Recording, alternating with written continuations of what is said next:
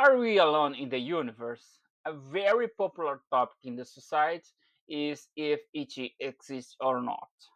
Hi everyone, my name is Gabriel. I am a Brazilian guy and English is not my mother language. Sorry, my mistake. I hope you can enjoy this video. Let's go. This makes us think about the Fermi paradox that say the universe is so big with many stars and many planets, so why don't we see other lives in the another worlds? We live on Earth, a planet in the solar system. You can compare Earth to the Sun. The solar system is in a small part of the Milky Way, which has more than 400 billion stars, and each star can have its own planets. The Milky Way is in the bigger clusters, with more than 1,000 galaxies, and each galaxy with billions of stars and exist many other galaxy clusters. Our search to find life in the universe is constant, and it's about biosignature with some evidence that shows lives on the other planets. An example is here on Earth. We frequently analyze radio frequency to try to catch communication from the space. The Voyager program itself also seeks to communicate with ET. The Voyager mission studied the most distant gaseous planet from the solar system. After the two probes complete their objectives, they continue their pursuit toward interstellar space. They are the fastest object made by humans. After 47 years on travel in the space, although they are far away, they still send some data to Earth. But the important part in this video is that both probes have a gold record that contain Earth songs, images and messages to intelligent civilization that can exist, including a map with the Earth direction between the stars. But what does science say? Well, the science does have a real evidence to prove it exists. This brings another question. If life exists on other planets, why did they never contact us? For that, we have some answers.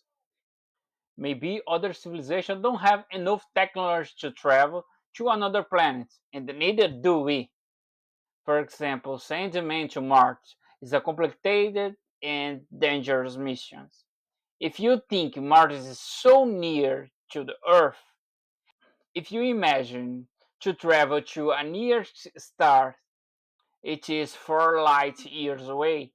Even if it were possible to travel at light speed, and in this way it would take for just one way. Another thing is about the universe size. Maybe they don't know we exist, for example, because we live in a small planetary system with a medium star and a small planet.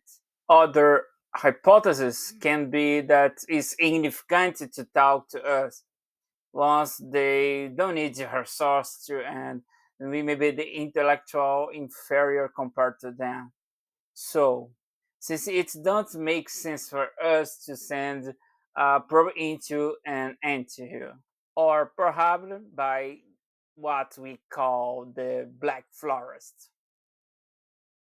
The black flowers indicate that civilization maybe avoid make contact with another for fear of what the other civilization might do when they discover their existence.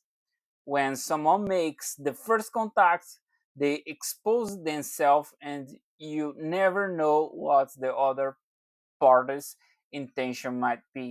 For me, life is very hard. The fact that we are here is a set of coincidence with many variables that could generate lives and evolve it what we are today.